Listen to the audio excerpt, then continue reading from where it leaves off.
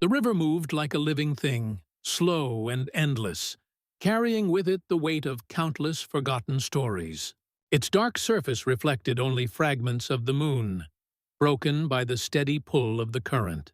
Mist clung to its banks, curling around the roots of old trees and the stones of a shrine that had stood for generations.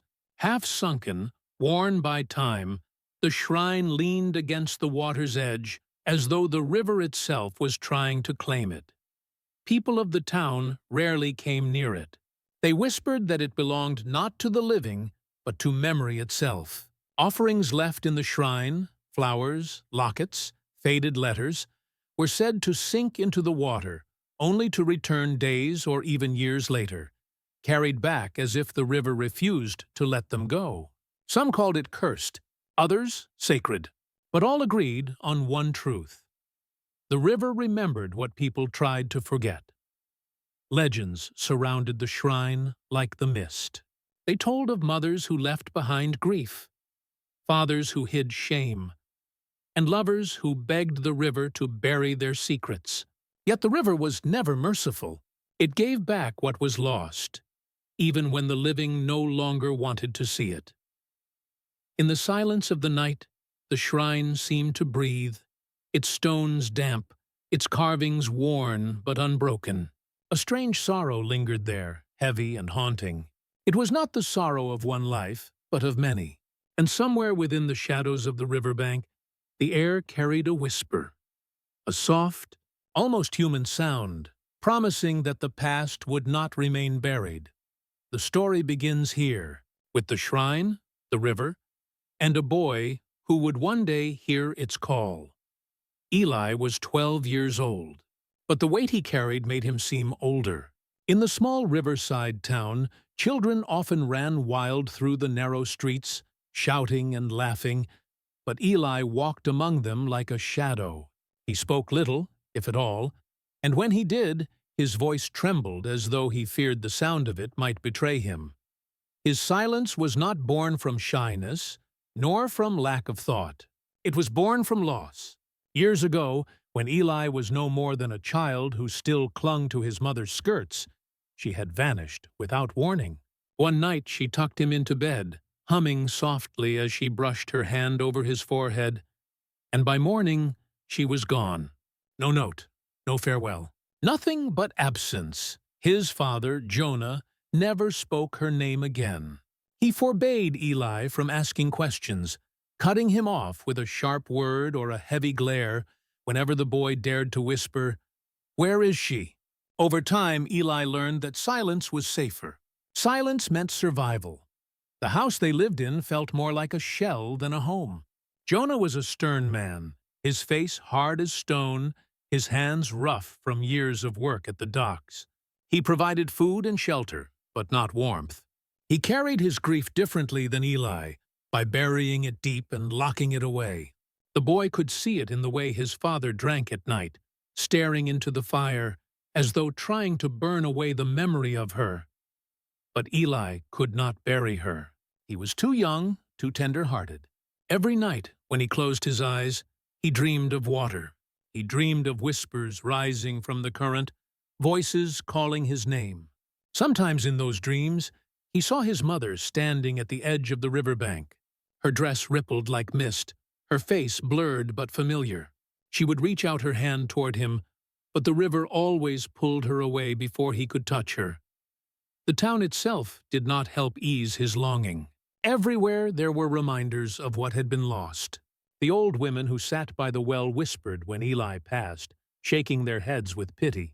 The younger children sometimes mocked him, calling him Ghost Boy because of his pale quietness. Even the river seemed to know his secret, its steady hum matching the ache in his chest.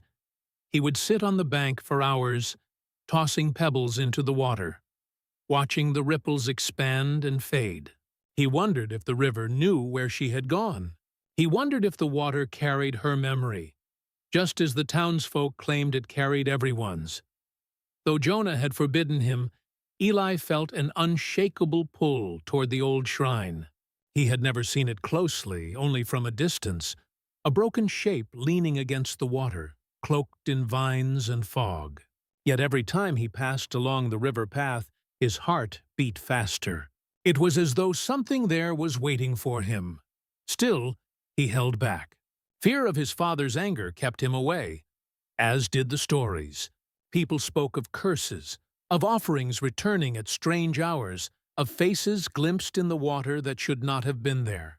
Eli listened in silence, his chest tight, because some part of him believed the shrine knew about his mother. His days followed a quiet rhythm.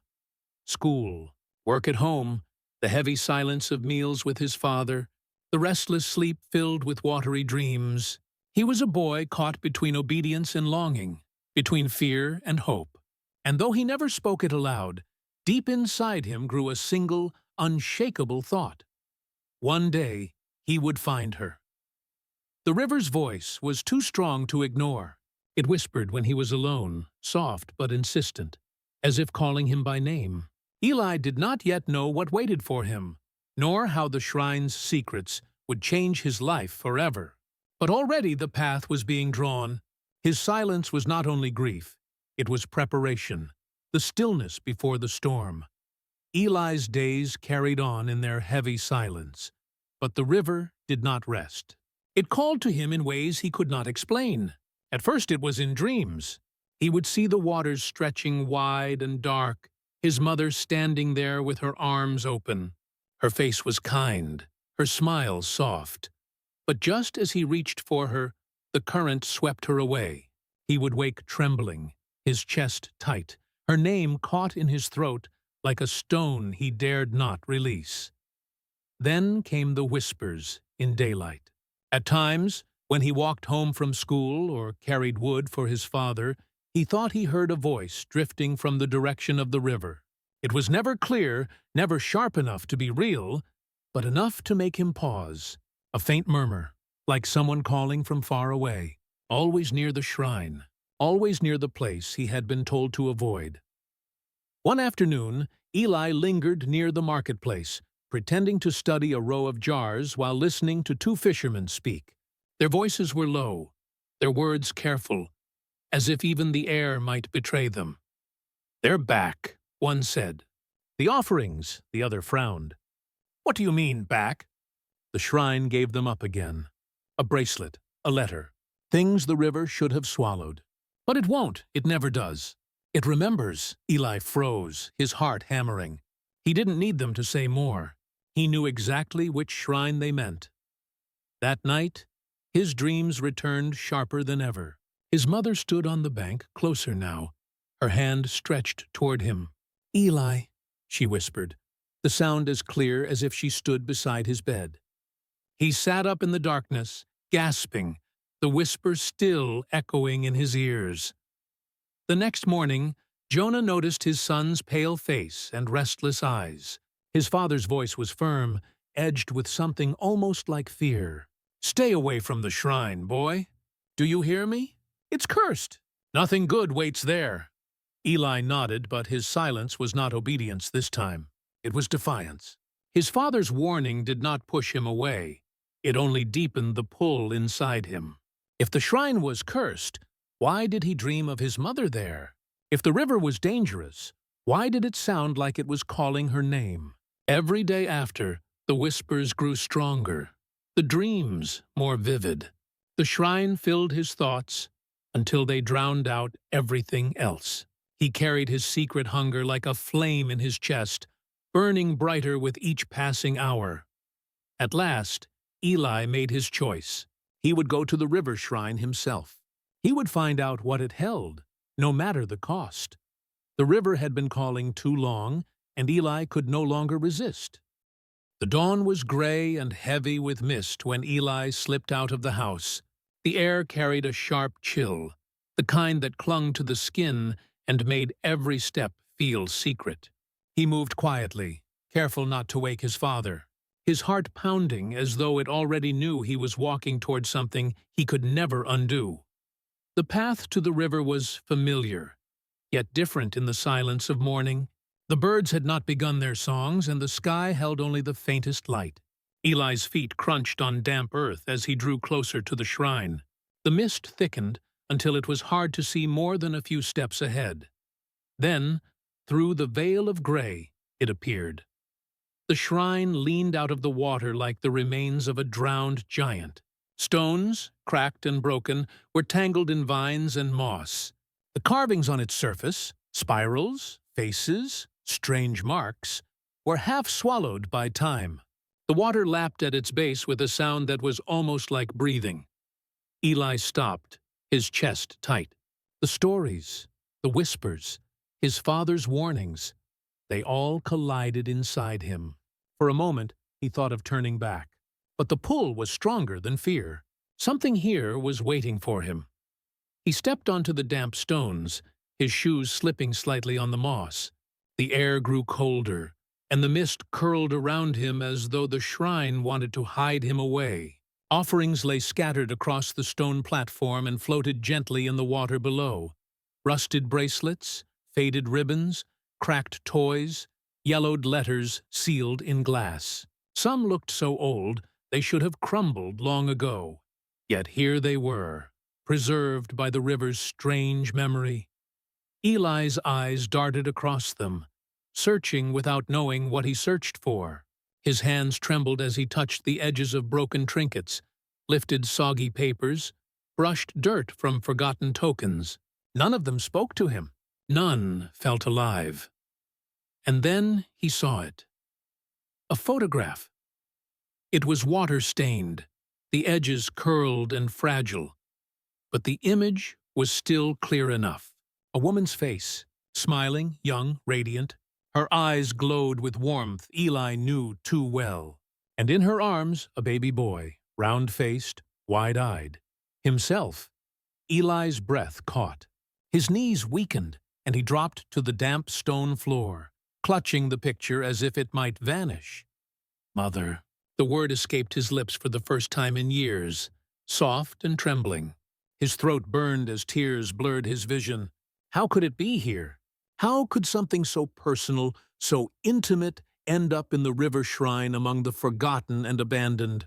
Memories rushed over him, the sound of her laugh, the feel of her arms, the lullabies she whispered before sleep.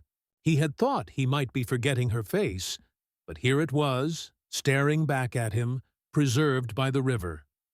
Confusion swirled with grief. Did his mother leave this? Was it taken from her? Did the river itself pull it into its keeping? None of it made sense, yet in his heart he felt one truth pressing against his ribs. This was no accident. The shrine had returned her to him. He held the photograph to his chest, his tears falling onto its surface. His body shook with a storm of emotion. Grief, longing, anger, hope. For years, silence had been his cage.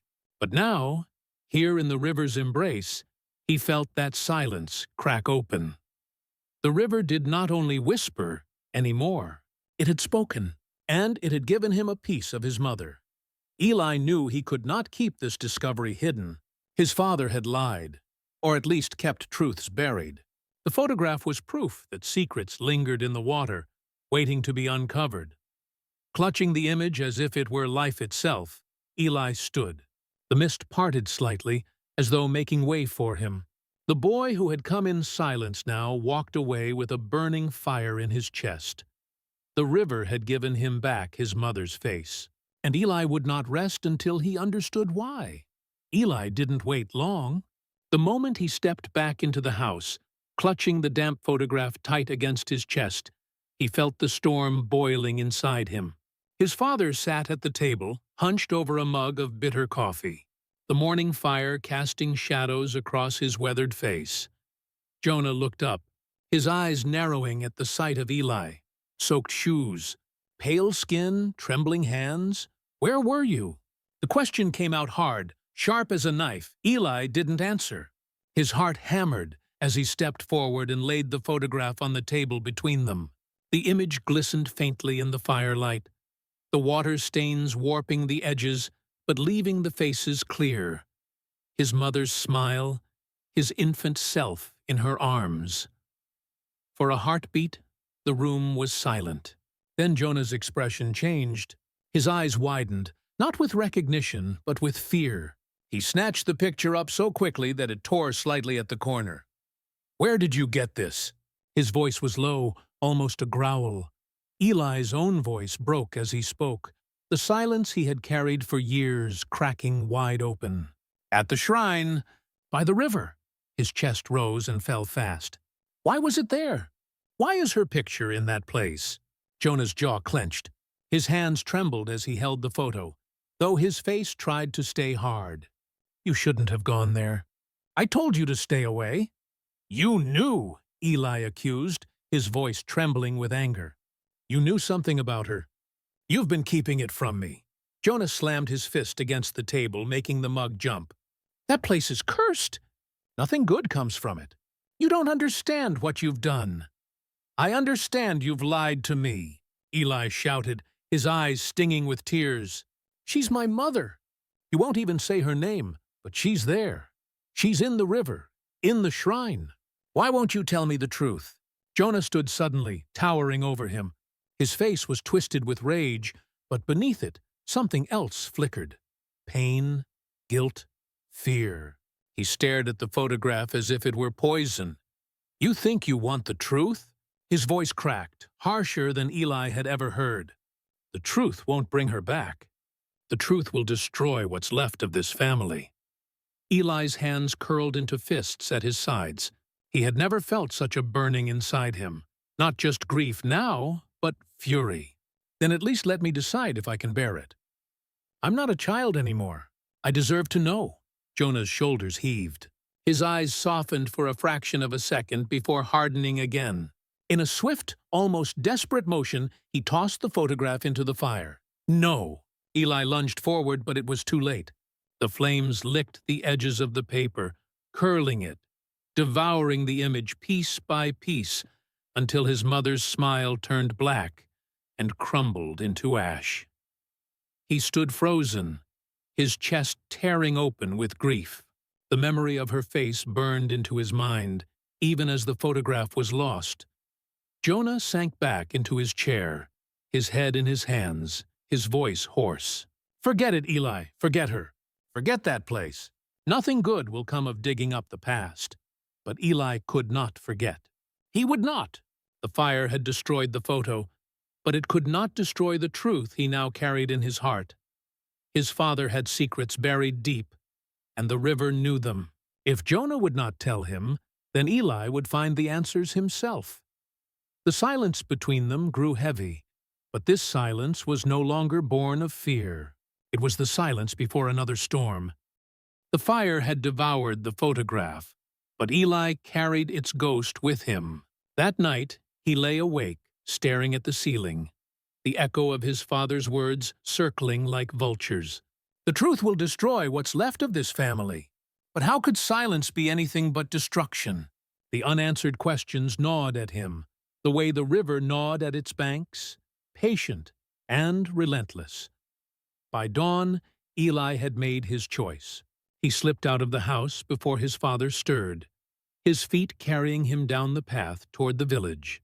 The air was heavy with mist, curling low to the ground, swallowing the familiar fields and making the road feel strange, haunted.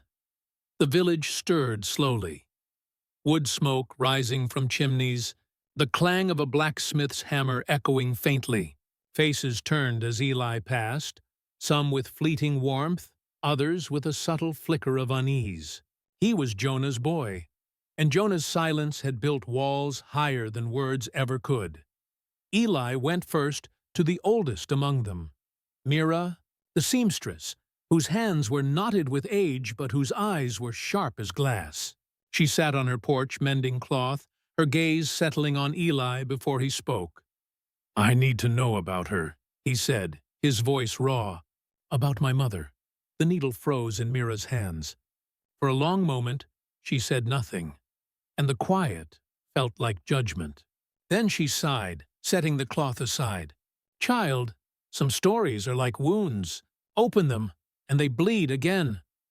"I don't care if it bleeds," Eli pressed. "I need the truth." Mira's eyes softened, but sorrow lingered in them. She was kind, too kind for the weight she carried. She loved you more than life itself. Her voice trembled as though even memory hurt. But the river was always close to her, closer than anyone understood. What do you mean? Eli asked, leaning forward. Mira shook her head, looking away. Ask no more from me. Some truths belong to the water. Frustrated, Eli left her porch, but Mira's words clung to him like the mist. Some truths belong to the water. He went next to the tavern, where men gathered even in daylight to drink and trade whispers. As Eli entered, their voices fell. He could feel their eyes on him, weighing him, measuring what he already knew. An older man at the corner, his beard streaked with white, finally spoke. Your mother. She was not like the rest of us.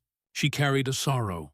She walked the river's edge at night, talking to it as if it could answer. Eli's heart clenched. Why? What was she searching for? The man only shook his head. Sometimes people carry secrets too heavy for land. The river takes them. He glanced at the others, who turned away, unwilling to add more.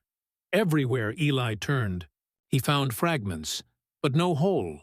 Hints of sorrow, whispers of the river, silence that thickened whenever he pressed too hard. It was as though the entire village conspired to keep his mother half a ghost.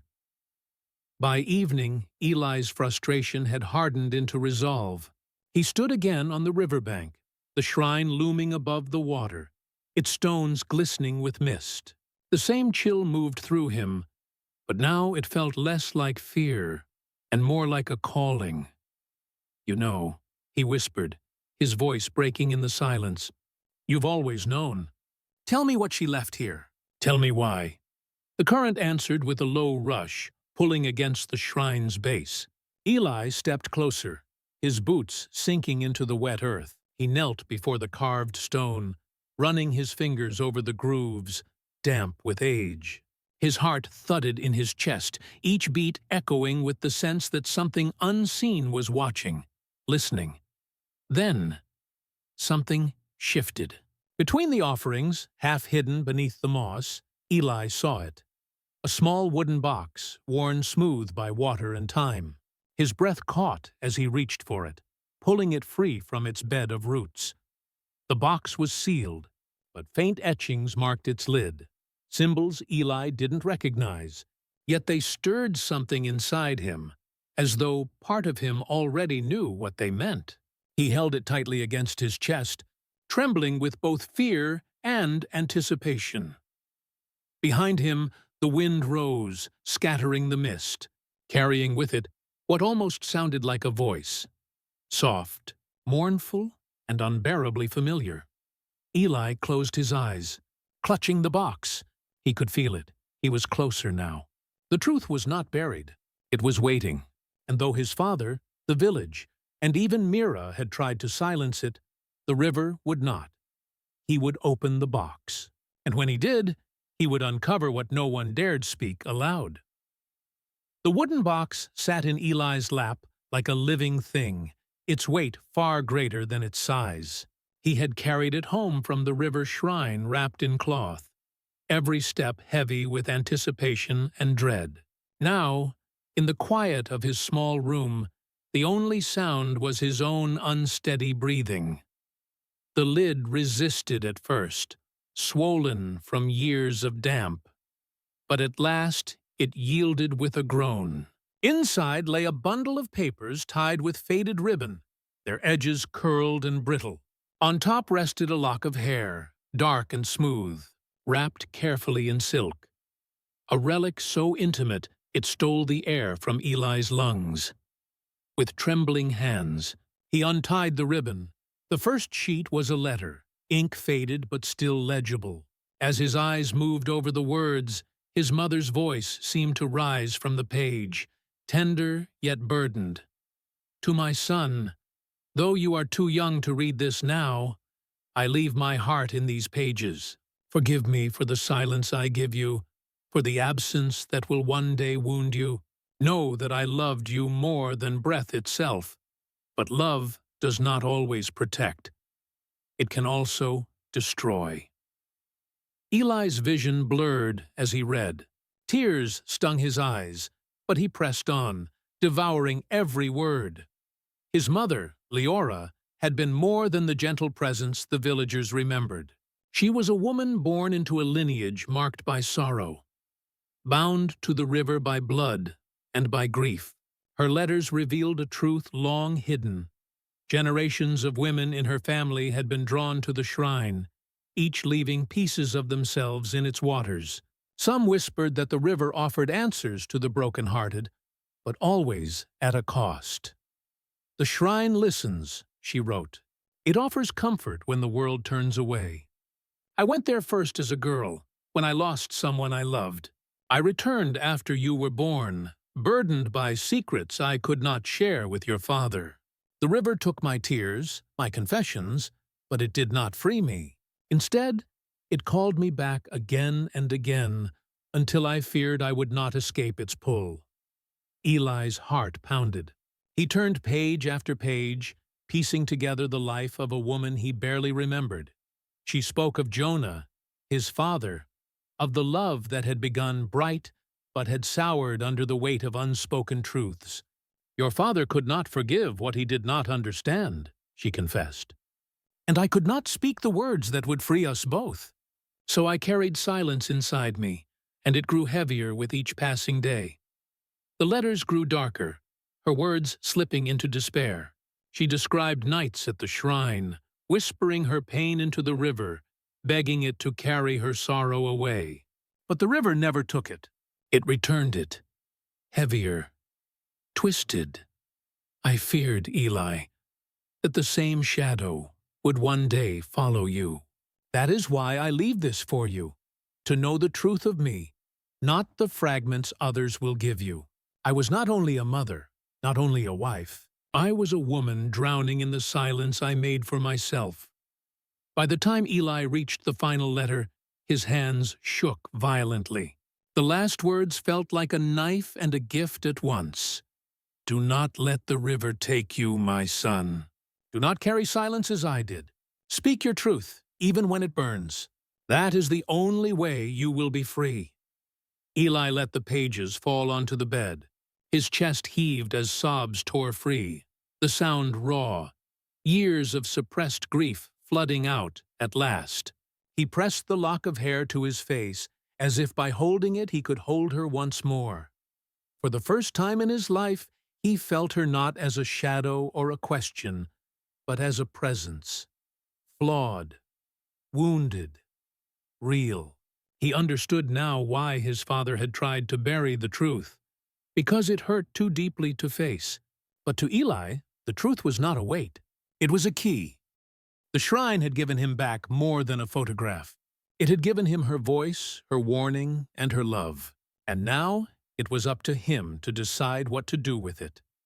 The night stretched heavy over the small house, its shadows pressing against the windows as though the world itself held its breath. Eli sat by the fire, his mother's letters clutched in his trembling hands. The flames licked upward, casting a restless glow over the room. Across from him, Jonah sat in his chair, silent as always, his face carved with weariness and age. But silence no longer suited Eli. Not now. He laid the stack of letters on the table with a sharp slap that startled his father. "I found them," Eli said, his voice hoarse but unyielding. "Her letters. At the shrine, she wrote them for me." Jonah's eyes flickered to the pages, then away, like a man burned by light. "You shouldn't have gone there," he muttered, his tone laced with warning, with fear. "You can't keep telling me what I shouldn't know." Eli shouted, the sound breaking the quiet like a stone through glass. His chest heaved, years of silence erupting at once. "She wrote about you, about your fights, about the way she carried everything alone. She begged the river to take her pain, and it didn't. You let her drown in it." Jonah rose abruptly, his chair scraping against the wooden floor. His face darkened, his jaw clenched, but his hands shook at his sides. "You don't understand what you're saying." "I understand enough." Eli's eyes burned, his fists clenched at his sides. "She was alive in those letters. Alive and broken. And you? His voice cracked, trembling under the weight of his words. "You were supposed to love her, not bury her in silence." Jonah's breath came harsh and uneven. For a moment, he looked like he might strike his son, but instead he sank back against the table, pressing both hands to its edge as though holding himself upright. His voice dropped low, filled with a bitterness that was part rage, part despair. "You think I don't carry it?" he whispered. "You think I don't see her face every night, hear her voice every time the river rises? I was there, Eli. I was the last to see her alive." The words stung like an open wound. Eli froze, his heart pounding. "Then tell me," he demanded, his voice raw. "Tell me what happened." Jonah's head fell into his hands, the walls he had built for years crumbling at last. His voice came out ragged, pulled from the deepest pit of his soul. "We fought. She said she couldn't stay here anymore, that the silence, the weight of it, was killing her. I accused her of betrayal, of abandoning us. My anger blinded me. I followed her down to the river. She was crying, shouting that the shrine had taken her heart, that it held the pieces of her she couldn't give me anymore. And his voice cracked. I grabbed her arm. She pulled away. She slipped. The current took her before I could reach her, and I didn't follow. I froze. The fire snapped loudly in the hearth, but neither moved. Eli stared at his father, every word cutting deeper. "You let her go," Eli whispered, disbelief twisting into fury. "You didn't even try to save her." Jonah's face crumpled. "I was afraid. Afraid she was gone already. Afraid it was my fault. And it was. I should have gone into that river, should have pulled her back. But I stood there like a coward watching her disappear." Tears streaked Eli's face. He wanted to hate him, to scream until his voice broke. But beneath the anger, he saw the hollow truth in his father's eyes. A man haunted not only by loss, but by guilt so deep it had poisoned every year since. "All these years," Eli said, his voice trembling, "you let me believe she just left. You let me wonder if she didn't love me enough to stay. Do you know what that did to me?" Jonah's hands shook as he reached toward his son, but Eli pulled back. His father's eyes shone with grief. "I thought I was protecting you," Jonah whispered. "Protecting you from my failure, from the truth that eats me alive every single day." For a long moment, only the fire spoke, spitting embers into the dark. Eli turned away, his body rigid with pain. His father had finally broken the silence, but the truth was heavier than Eli could bear. He gathered his mother's letters and pressed them to his chest. "You don't get to keep her voice from me anymore," he said, his tone firm, final. "I'll carry her, not your silence." Jonah bowed his head, as though those words were a sentence passed. His broad shoulders sagged beneath invisible weight, and though Eli's anger blazed like fire, something deeper stirred beneath it.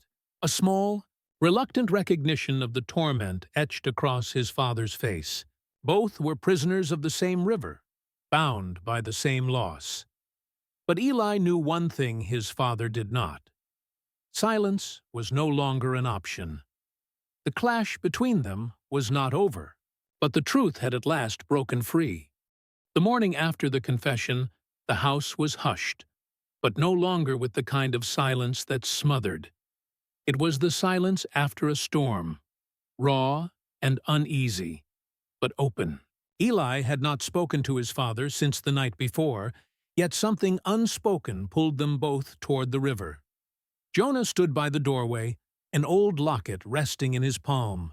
Its chain was tarnished, its clasp bent, but inside lay a tiny portrait of Leora, painted when she was young. His voice cracked when he spoke. It was hers. "I've kept it all these years, hidden. I don't deserve to carry it anymore." Eli stared at the locket. His chest ached, torn between anger and longing. Still he nodded. "We should take it to her," he said softly. The two walked in silence down the narrow path to the riverbank. The shrine rose out of the mist, just as it had always stood, ancient, sorrowful, waiting. The stones gleamed damp in the morning light, and the river's steady murmur filled the air with a rhythm both mournful and soothing. Jonah approached first. His shoulders, once broad and unshaken, now slumped with years of regret. He placed the locket gently on the shrine's ledge. His hand lingered there, trembling, as if he were laying down more than a relic, laying down guilt, fear, and decades of silence. Eli stood beside him, clutching his mother's letters against his chest. He felt the shrine's presence, heavy but not hostile. For the first time, the air seemed softer, as if the river itself had grown tired of carrying their sorrow. Jonah's voice broke as he spoke to the shrine, to the river, to the woman he had lost. "Leora, I failed you. I failed him. I've carried the weight of that night every day, but I can't carry it anymore. Forgive me if you can." His knees buckled, and he sank onto the damp stones, shoulders shaking. Eli's throat tightened.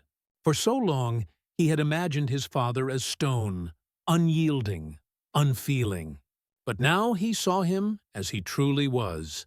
A broken man haunted by mistakes he could never undo. The anger inside Eli softened, not gone, but shifting into something more complex, something closer to understanding. He knelt beside his father, setting the letters atop the locket. "She wanted me to know her," Eli whispered. "Not as a ghost, not as a secret. As my mother. She didn't want me to carry silence. Neither of us should." Jonah lifted his head, eyes red and wet. For the first time in years, father and son truly looked at each other, not through walls of grief or silence, but as two people bound by the same wound. The river's current swelled, lapping gently against the shrine, as if acknowledging their offering. The mist seemed to shift, curling around them with a strange warmth.